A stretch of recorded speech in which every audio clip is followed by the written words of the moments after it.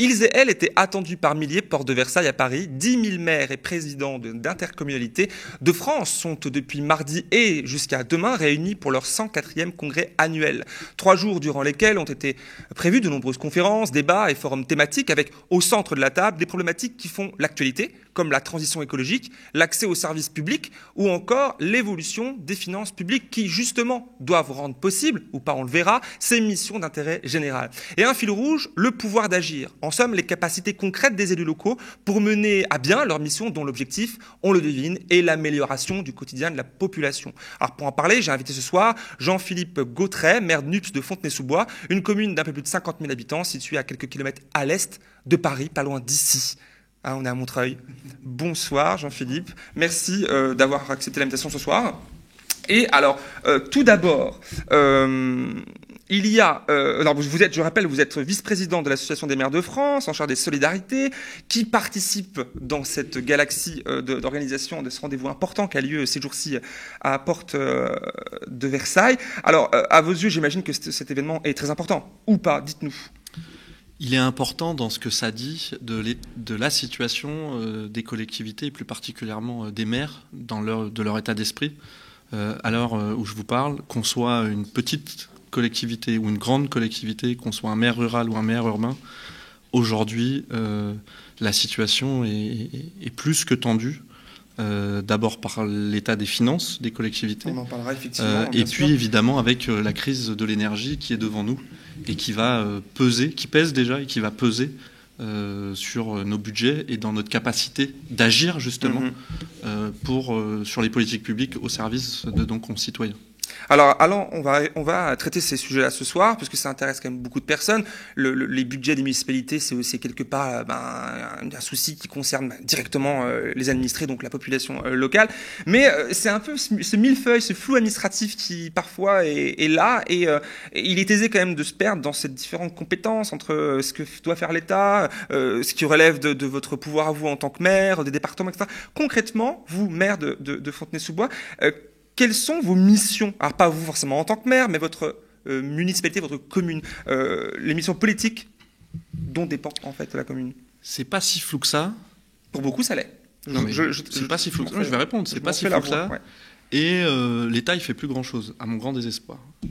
Alors, la commune aujourd'hui, elle applique des politiques publiques de la naissance à la fin de vie, c'est-à-dire des crèches au cimetière. L'ensemble de nos politiques publiques, l'ensemble des interventions qu'un maire ou qu'une collectivité peut faire, elle est dans ce panel-là. Et donc évidemment, c'est très large. Bien sûr. Le maire, c'est pas pour rien que c'est le premier édile qu'on vient voir quand on a une problématique. Et donc on s'occupe aussi des écoles, des routes, de plein de sujets extrêmement différents. On a des ressources de moins en moins importantes que pour le faire, que ce soit les dotations de l'État directement qui diminuent jusqu'à s'approcher de zéro, et puis de la fiscalité locale. Normalement, on a la possibilité de lever l'impôt, mais on a... C'est de moins en moins le cas. C'est de moins en moins le cas, puisqu'il y a eu la suppression de la taxe d'habitation qui sera effective définitivement au 1er janvier 2023. Il ne reste plus que la taxe foncière qui ne s'applique pas sur tous les citoyens, et donc ça limite nos capacités d'agir, parce que pour agir, il faut de l'argent, évidemment. Ça aussi, c'est au cœur des débats qu'il y a ces jours-ci. Pour ce qui me concerne, j'habite dans la 6e puissance du monde, la France, et dans la région la plus riche d'Europe. Donc vous voyez bien que ce n'est pas qu'une question d'argent, c'est une question de choix politique, de là où on répartit l'argent et de quelle politique on veut mener au service de nos concitoyens. Bien sûr. Alors une des premières attentes que la population a, c'est l'habitat. C'est important de l'aborder, je pense. Je sais que ça nourrit beaucoup de discussions et de débats lors du Congrès, mais pas que, au-delà aussi. Alors nombre d'élus déplorent l'absence de l'État sur ce dossier. Je pense que vous êtes d'accord avec ça. Alors quel est votre avis et votre analyse de la situation sur ce point-là, depuis votre poste de maire pour le coup là? C'est une compétence de l'État. Pas que, puisque c'est une compétence de l'État et uniquement de l'État. C'est important de le rappeler. Bien sûr, bien sûr. Les crédits d'investissement pour construire du logement n'ont jamais jamais été aussi bas. Et on n'a jamais aussi peu construit de logements sociaux, alors que les besoins sont grandissants, et notamment la tension en Île-de-France. Et avec la crise du Covid, la tension s'est accélérée, puisque si on construit peu, les logements qui se libèrent, c'est la mobilité, c'est le taux de rotation. Et qu'avec les crises successives, les gens bougent peu. Et donc, on a un taux de rotation qui est passé de 5% dans ma commune à moins de 2%. Donc, vous voyez que les possibilités sont difficiles. Ça ne veut pas dire qu'on ne peut rien faire. Nous, on a des politiques volontaristes. On continue de construire du logement social. On respecte la loi SRU, Solidarité Renouvellement Urbain, qui oblige les communes de plus de 5000 habitants à avoir au moins 25% de logements sociaux. Ou à payer des amendes. Et moi, je suis entouré des champions de France qui respectent pas la loi et qui payent les amendes.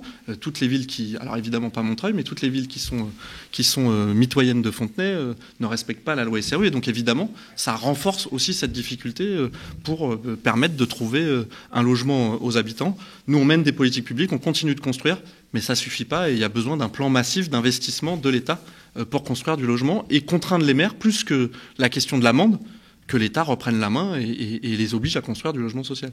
Et pour vous, qu'est-ce qui expliquerait cette absence de volonté de l'État sur ce dossier-là ? Parce que elle laisse faire le marché. C'est idéologique pour vous ? C'est idéologique. On est dans un gouvernement... il y a des besoins quand même, et l'État se targue d'y répondre. Mais on pourrait faire le parallèle sur l'énergie. Il y a des besoins et on a libéralisé. Or, on sait que le marché a besoin d'être régulé. C'est pareil pour le logement. Sur le logement, ouais. Mais c'est pareil pour le logement. En fait, tout peut s'appliquer. Vous savez, il y a un moment maintenant, mais j'ai fait des études de gestion et dans des cours de gestion, d'économie, on vous explique que pour que le capitalisme il marche, sur le marché il a besoin de règles. Et quand c'est dérégulé, quand on est dans l'ultralibéralisme et qu'il n'y a plus de règles, il y a des monopoles, des concentrations, ça ne fonctionne plus. On y est complètement et ça se renforce dans tous les secteurs. D'ailleurs, votre émission est intéressante puisque on passe de secteur en secteur. On voit qu'intellectuellement, ça marche. Ça se tient. Leur projet d'extrême centre ultra-libéral fonctionne. Et sur le logement, c'est pareil. Et donc, c'est le secteur privé. Le secteur privé, il a besoin d'un marché d'offres et de demandes. Et il a besoin de gens qui ont la capacité d'acheter. Avec la crise c'est là où le bas blesse. Voilà, avec l'arrivée, le relèvement des taux et les banques qui coupent le robinet pour les emprunts, vous allez voir, le privé va arrêter de construire. Donc, on va bloquer le marché. Et donc, c'est pour ça qu'on a besoin d'intervention d'État, notamment sur le logement, et donc d'intervention, d'aide à la pierre, pour dynamiser, et surtout pour trouver des solutions d'hébergement pour nos populations. Je pourrais vous dire aussi ce que l'État fait par ailleurs, c'est la suppression de places d'hébergement d'urgence. Oui, on a dans la 6e puissance du monde et dans la région la plus riche d'Europe, on a des gens, des familles, des enfants qui dorment à la rue. Oui. Alors après, on vient nous voir, on nous dit qu'est-ce que vous faites ? Mais nous, on n'est pas responsables. Alors après, on gère la crise, on essaye de trouver des solutions, on fait appel à la solidarité. Mais c'est normalement, de fait, à l'État d'organiser cette question de mise à l'abri des familles, des enfants. Et parfois, c'est des femmes seules avec enfants, d'ailleurs, qui sont dans une extrême précarité et dans une extrême pauvreté. C'est ce pourquoi, au quotidien, on s'engage. Alors restons sur le point de vue du maire, puisqu'on y est, pour parler budget, comme on l'a fait il y a quelques instants. Dans ce qui plombe les budgets locaux, sans surprise, il y a l'inflation. Alors cependant, mieux contenue chez nous qu'ailleurs en Europe ou dans le monde, il faut le dire, mais qui fait quand même des ravages et qui explose les dépenses, alors notamment dans d'énergie. Dans le Parisien, à la mi-octobre, vous disiez ne pas savoir si votre commune allait pouvoir payer les factures. Vous vous souvenez de ce que vous avez dit ? Complètement. Bien sûr. Un mois plus tard, vous en êtes où ? Écoutez, d'abord... il y a la question de l'inflation sur l'ensemble des prix et l'ensemble des fournitures et des prestations, c'est un fait. Mais il y a une question parallèle qui est la question de l'énergie. Là, on parle d'augmentation liée à la dérégulation, là encore, du marché. On parle d'augmentation de 300, 400, 500, jusqu'à 1000% des augmentations. Aucune organisation publique ou privée ne peut absorber des augmentations de ce type. Pourtant, elles sont là. Et pourtant, elles sont là. Voilà pourquoi on le dit. Il faut soit bloquer les prix, soit des mécanismes de compensation, puisque le gouvernement est spécialiste de la communication politique. Quand il a dit on bloque les prix pour les particuliers, vous vous souvenez ? Bien sûr. Augmentation limitée à 15%, ça fait déjà 15%, mais ça n'est pas vrai pour toute organisation collective, c'est-à-dire les logements sociaux, les copropriétés, les administrations, les collectivités, etc. etc. Et donc, il n'y a pas de blocage des prix à 15% pour nous, pour les copropriétés, pour les locataires, etc. Ça ne sera pas forcément sur la population. Je ne sais pas comment on fera les copropriétés ou les locataires, puisqu'il y a déjà des commencements de rappel de charges qui sont arrivés en septembre, mais il y en a qui ne savent pas payer. Alors, on veut savoir comment vous faites en fait, pour payer ces factures. Pour ce qui nous concerne, la collectivité. Pour l'instant, on va passer 2023. On est passé l'année dernière de 2 millions d'euros sur les fluides. Globalement, en plus, vous rajoutez l'eau, mais c'est électricité, gaz, chauffage. À 8, 2 millions d'euros. 3 millions en fin d'année en 2022. Ouais. Et on prévoit, parce que c'est du budget, 8 millions et des poussières, 500 000 environ, pour 2023. Comment on va faire ? Ça veut dire que soit on coupe des services publics, je m'y refuse. Je m'y refuse parce que est-ce que je vais arrêter la piscine alors que cet été, beaucoup d'enfants sont morts parce qu'ils ne savaient pas nager, ils se sont noyés. Est-ce que je vais couper le chauffage dans les crèches ? Évidemment non. Et est-ce que l'État va couper l'énergie et le chauffage dans les hôpitaux ? Évidemment, on ne va pas le faire. Comment on va faire ? Lui, ce qu'il veut, c'est qu'on investisse moins. On va passer du fonctionnement, de l'investissement au fonctionnement et on investira moins. Mais qu'est-ce que ça va produire, ça, investir moins ? Ça veut dire qu'on ne fera pas de transition écologique, ça veut dire qu'on ne fera pas tourner la machine économique, parce que 70% de l'investissement public, c'est les collectivités territoriales, et que moi, premier pôle de développement économique de l'Est parisien, les entreprises viennent me voir et me dire « Monsieur le maire, il faut que vous interveniez auprès des pouvoirs publics, parce qu'on ne sait pas comment faire tourner la machine économique. » Voilà ce que je veux dire. Donc évidemment, on est des gens sérieux, on sait gérer, mais moi je dis aujourd'hui, dans un pays aussi riche que la France, il faut bloquer les prix, revenir à un système régulé. Avant 2020, les prix étaient régulés. Aujourd'hui, ce n'est pas la guerre en Ukraine. La guerre en Ukraine accélère la dérégulation du marché, mais ça fait plus d'un an. Ça fait plus d'un an qu'il y a une spéculation. Et que les augmentations sont sans précédent sur ce sujet. N'empêche que c'est l'état de fait aujourd'hui, le fonctionnement il est comme ça, et vous avez ces dépenses à payer. Il y a quand même des propositions du gouvernement, notamment ces 320 millions d'euros annoncés par Elisabeth Borne. Pour ce qui a été présenté quand même, c'est pas rien. Hein, les gens qui nous écoutent, on parle de 8 millions, d'ailleurs c'est difficile à imaginer. 320 millions annoncés par Elisabeth Borne, pour ce qui a été présenté comme un chiffre jamais atteint en 13 ans, c'est pas rien. C'est pas vrai. C'est pas vrai, d'ailleurs je peux vous donner un exemple, parce que si c'était vrai, et si le président de la République pensait que c'était une bonne nouvelle pour les maires, il serait venu au Congrès. Il a fait pire que ça.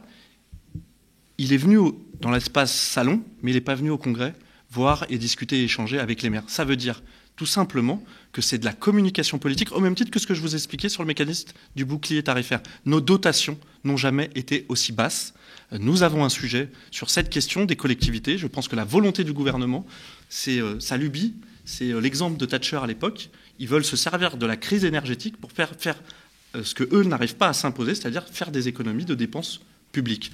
Voilà, tout simplement. Or, nous avons des besoins, nous avons été élus sur un programme, et nous sommes obligés d'équilibrer notre budget. Je le rappelle, l'État est en déficit permanent. Nous sommes obligés d'être à l'équilibre. Donc nous sommes des bons gestionnaires. On va trouver des solutions, on va se battre. Mais je dis qu'à un moment donné, il va falloir qu'on affronte le gouvernement sur cette question au service de nos populations, parce que nous avons besoin d'investir dans les écoles, nous avons besoin d'investir dans la santé, nous avons besoin d'investir dans un certain nombre de sujets, dans la transition écologique. J'aimerais bien savoir comment nous allons utiliser le 1,5 milliard annoncé la semaine dernière par le gouvernement à la Caisse des dépôts pour des emprunts verts, si nous n'avons pas la capacité d'investir. Donc je dis ouvertement, nous sommes prêts à tendre la main, mais encore faut-il que nous ayons des gens sérieux qui connaissent le terrain et qui nous permettent de le faire. Je vais vous donner un exemple. Ça fait 10 ans qu'on investit dans notre réseau d'éclairage public. On l'a passé de haute tension en basse tension et passé en LED. On a fait un investissement d'environ sur 10 ans 7 millions d'euros et on a diminué par 2 nos consommations. Voilà un investissement intelligent économiquement et écologiquement. Mais pour ça, il nous faut investir. Et donc je dis à l'État, donnez-nous les moyens d'investir au service de la transition écologique et au service de nos concitoyens. Alors j'imagine que vous avez investi ce salon, hein, tout du moins ce congrès. Là, vous venez de souligner la non-présence d'Emmanuel Macron. Emmanuel Macron qui devait, hein, l'Élysée l'assurait, hein, de venir déambuler sur le congrès des maires de France pour, d'ailleurs, je cite ce que l'Élysée nous disait, pour un contact plus direct et plus fort avec les élus. Le Twitter de l'AMF tout à l'heure le montrait, je ne sais pas si on le voit à l'écran, tout sourire, mais cette fois, en fait, en photo, alors on le voit pas tout de suite, mais tout sourire, mais non pas du côté avec les élus, mais avec avec les forces de sécurité. Je fais de mémoire, je ne me souviens plus très précisément, mais forces de sécurité intérieure sur le stand du ministère de l'Intérieur. Alors vous dites qu'il n'est pas venu parce que peut-être qu'il ment, etc. Enfin, non, on appelle ça la communication politique. Non, mais quand même, il y a 320 millions d'euros qui sont sur la table quand même, c'est un fait. Enfin, il y a quand même de l'argent qui était annoncé. J'ai jamais vu autant d'élus maires remonter, quelles que soient leurs étiquettes, remonter comme ça. Je vous garantis que qu'est-ce qui explique le fait que Macron soit pas finalement venu vous l'avez évoqué à la dernière minute. Vous l'avez évoqué tout à l'heure avec le 49.3. La question démocratique n'est pas au centre de leur projet politique. On a eu un pseudo grand débat national après la difficile crise démocratique qu'on a eue avec les Gilets jaunes, mais c'était orchestré, orienté. Voilà, nous les maires, on sait ce que c'est le débat démocratique. On est obligé d'aller au contact. On est à portée de baffe. D'ailleurs, c'est ça qui fait que... À portée de baffe. Oui, mais c'est une expression oui. qu'on emploie. Bah, oui, mais... en parlant de Macron, c'est quelque chose... Oui, mais au sens profond du terme, c'est-à-dire qu'on ne peut pas passer à côté des débats et des sujets. On est obligé d'y aller. Et donc, ce que je veux dire, c'est que le président de la République, qui d'ailleurs, je vous le rappelle, n'a jamais été élu local, et donc c'est aussi un sujet sur le fond pour comprendre les préoccupations des Français. Parce que nous, on n'a pas le choix. On est obligé de composer avec nos populations dans leur diversité, c'est-à-dire qu'on est élu sur un projet, mais on est obligé après de prendre en compte l'ensemble des propositions de nos populations. Et donc, on a l'habitude de composer, mais on a surtout l'habitude d'écouter et encore écouter pour transformer leur vie. Et donc, c'est ça notre engagement au quotidien. Je ne sais pas si le président de la République entend ça vraiment. C'est intéressant. En tout cas, il n'est pas venu chercher ses... Effectivement, il n'est pas venu, on le sait, on l'a vu. Le Monde on a fait un article tout à l'heure pour l'expliquer plus clairement. C'est intéressant d'entendre votre position sur vraiment votre division sur voilà, il y a le gouvernement qui n'est pas là pour servir la population. Je reprends vos mots. Et nous, donc vous, les maires, quand même des exemples de maires qui font pas bien le job. Les maires qui eux sont proches de la population, etc. Est-ce que c'est pas idéalisé un petit peu? J'ai pas dit. On n'a pas le choix d'y aller. Non. La porte, elle est toujours ouverte pour ce qui me concerne. Le sujet, c'est pas ça que je dis.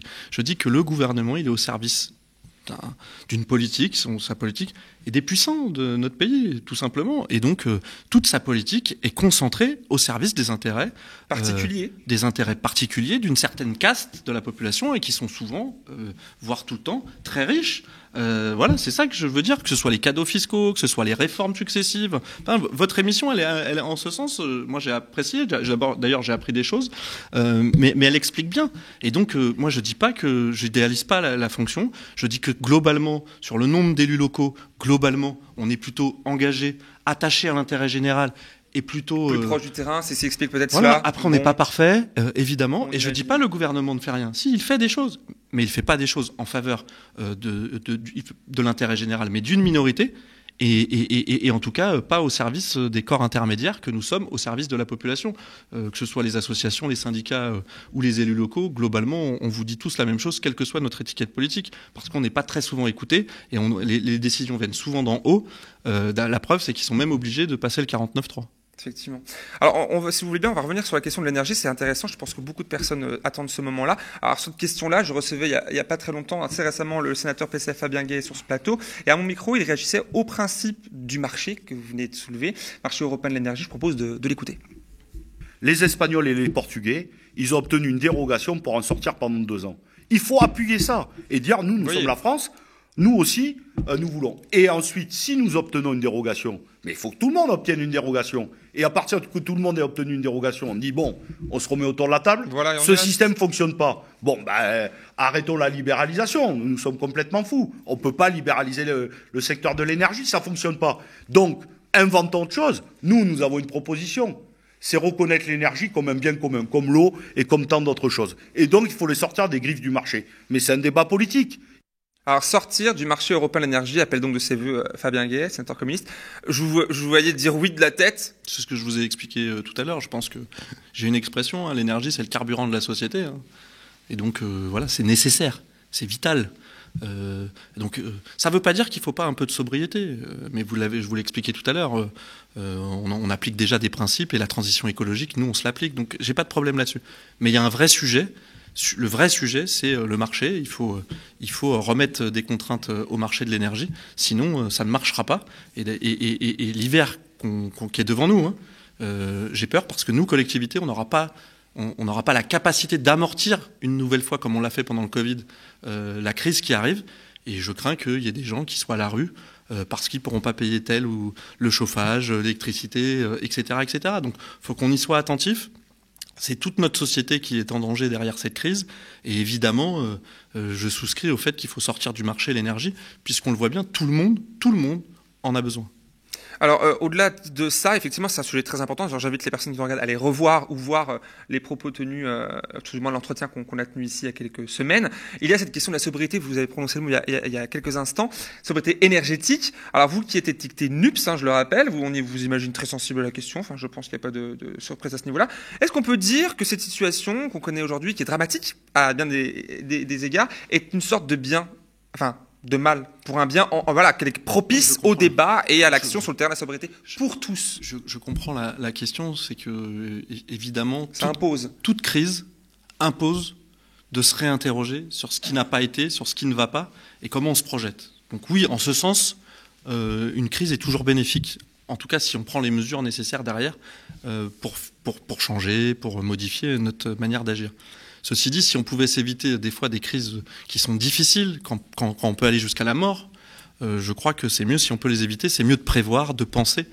C'est un peu aussi le rôle des pouvoirs publics de planifier l'avenir. Évidemment, si ça permet l'accélération des processus de transition écologique, banco. Est-ce que vous l'observez d'ailleurs banco. Ça Non mais attendez, banco. C'est possible, mais encore faut-il, ce que je vous expliquais tout à l'heure, qu'on ait la capacité de pouvoir continuer d'investir. Moi, je trouve ça pas mal, la proposition de 1,5 milliard pour investir dans la transition écologique, le fonds vert. Mais si je ne peux pas investir parce que on est obligé de réduire notre capacité d'investissement, ça ne marchera pas. Ce que je veux dire par là, c'est qu'il faut être cohérent, il ne faut pas faire de l'effet d'annonce, il faut que réellement, ça puisse faire avancer la transition écologique. Donc oui, j'y suis favorable. Enfin, ce sera une bonne chose si ça fait vraiment avancer la transition écologique. Je fais quand même une parenthèse sur le sujet. Moi, j'ai découvert à l'orée de cette crise, je suis pas un spécialiste de l'énergie, que nous n'avions pas de stratégie énergétique depuis au moins 25 ans.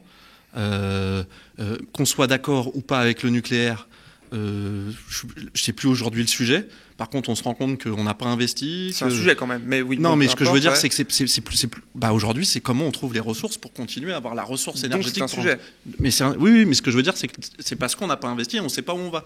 On ne sait pas si on va investir dans la transition, dans les énergies renouvelables. Par exemple, l'exemple du Portugal, eux, ils ont largement investi dans un parc, dans l'éolien, et ça marche.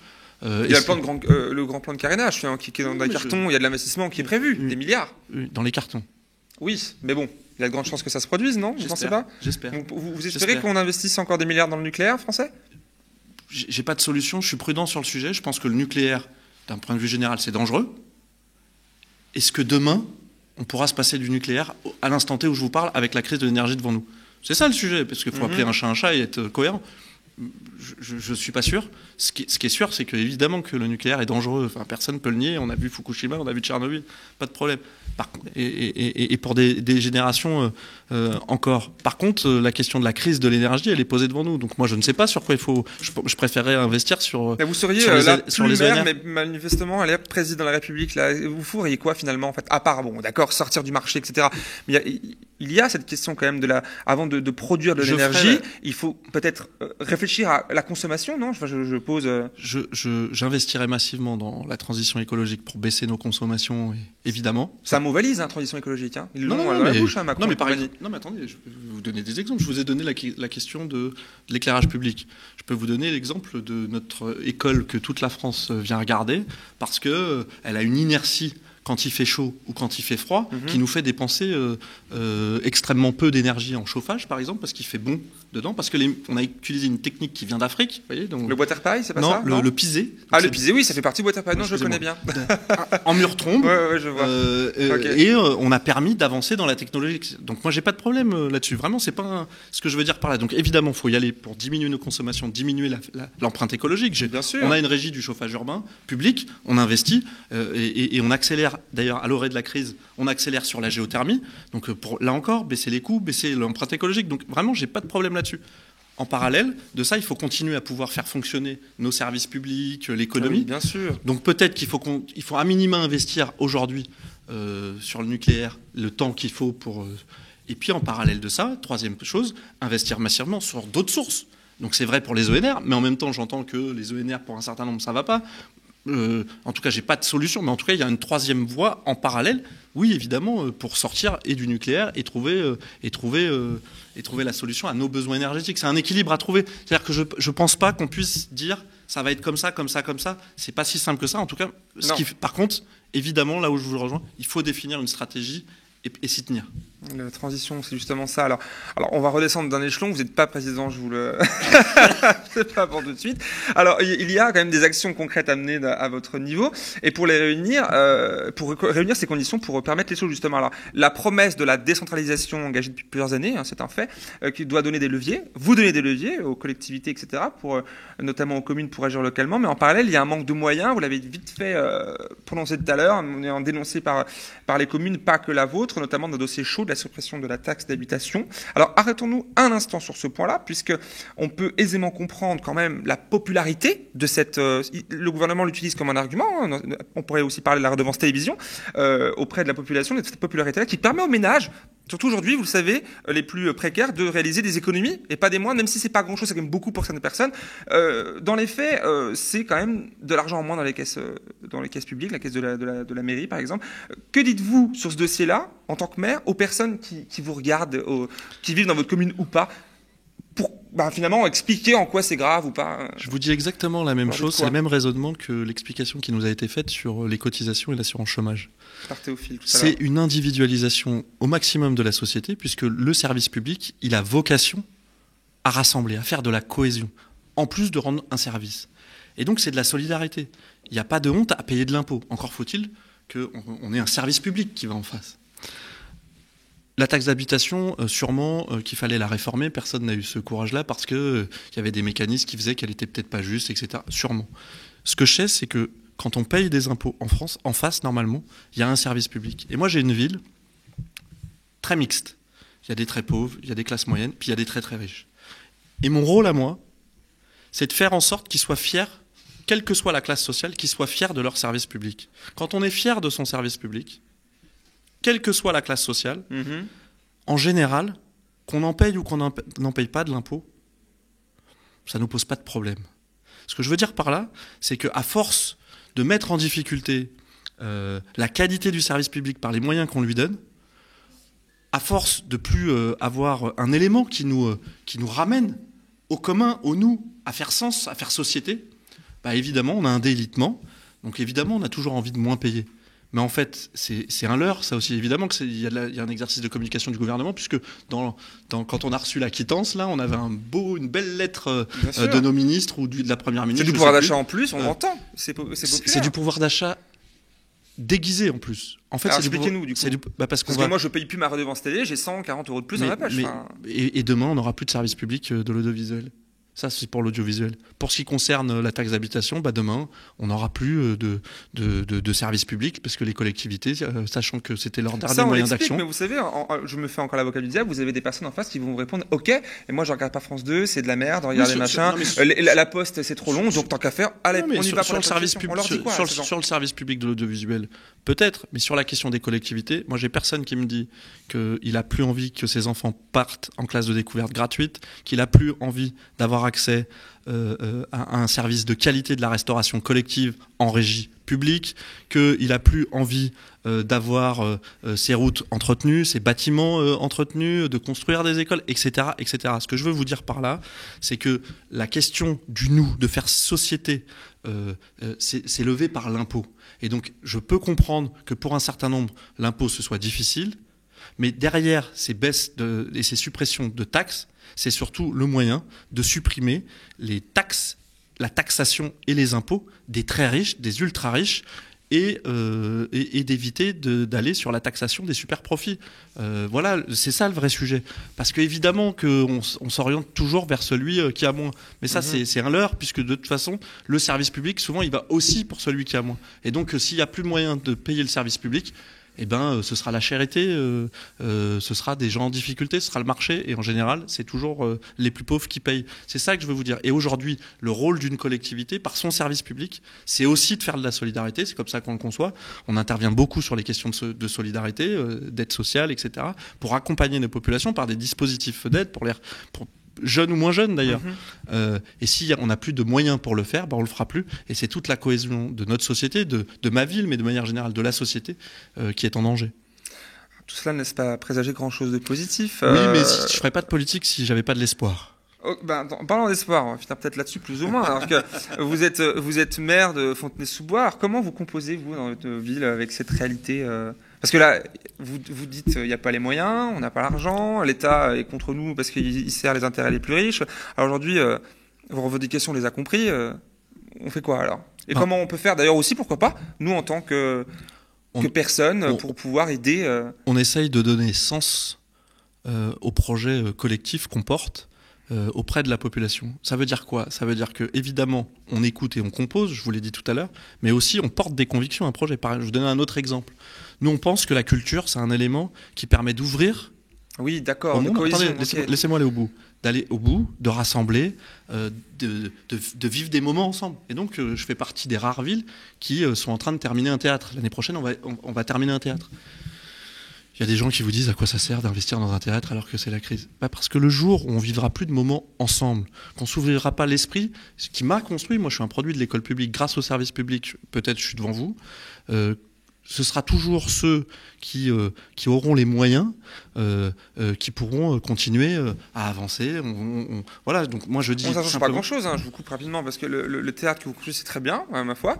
Mais une fois construit, on le voit. Par exemple, j'ai un ami qui travaille dans l'éducation à Sarcelles. Le théâtre, on est à quelques dizaines de minutes de Paris. Les gens n'y vont pas forcément. Comment vous faites, vous, pour pouvoir unifier? Vous disiez très richement riches et plus pauvres. Vous faites comment pour qu'ils aillent au théâtre? On fait en sorte, par exemple, on a ouvert depuis que je suis maire, une classe à horaire aménagé théâtre dans le collège REP de la commune.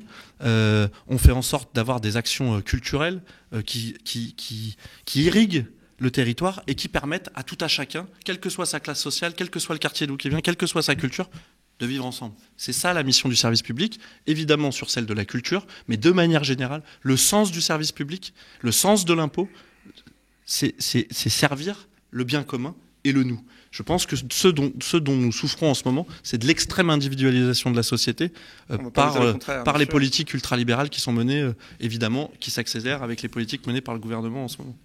Alors là, je finis avec ceux, avec le gouvernement en ce moment qui fait ça. Pas d'Emmanuel Macron, du coup, aujourd'hui, face au maire, ni au Congrès, ni à la tribune. Ce sera la première ministre, Elisabeth Borne, qui va donc prendre la parole demain, qui devra s'y coller.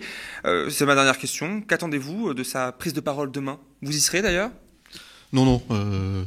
Il y a un moment donné, non, parce que j'ai d'autres. J'ai prévu. J'y suis allé aujourd'hui au Congrès. Ça dure 3 jours et il faut optimiser notre temps. J'attends pas grand chose puisque ce qu'on voit, c'est que il dicte un peu le rythme, y compris le rythme démocratique sans démocratie, puisque leur façon de débattre, c'est le 49-3. Donc voilà, j'espère que au moins, si peut-être ce que j'attends, c'est que peut-être quelques mesures de soutien aux collectivités, en tout cas pour passer la crise de cet hiver, ils auront entendu. Je vous avouerai que je suis très sceptique, donc j'en attends pas grand-chose. Tant mieux si elle annonce des mesures qui viendront soutenir l'investissement des collectivités au service de nos populations. Jusqu'à présent, ils n'ont pas ouvert de possible. On verra. On verra. On regardera ça. Merci beaucoup, Jean-Philippe Gautret.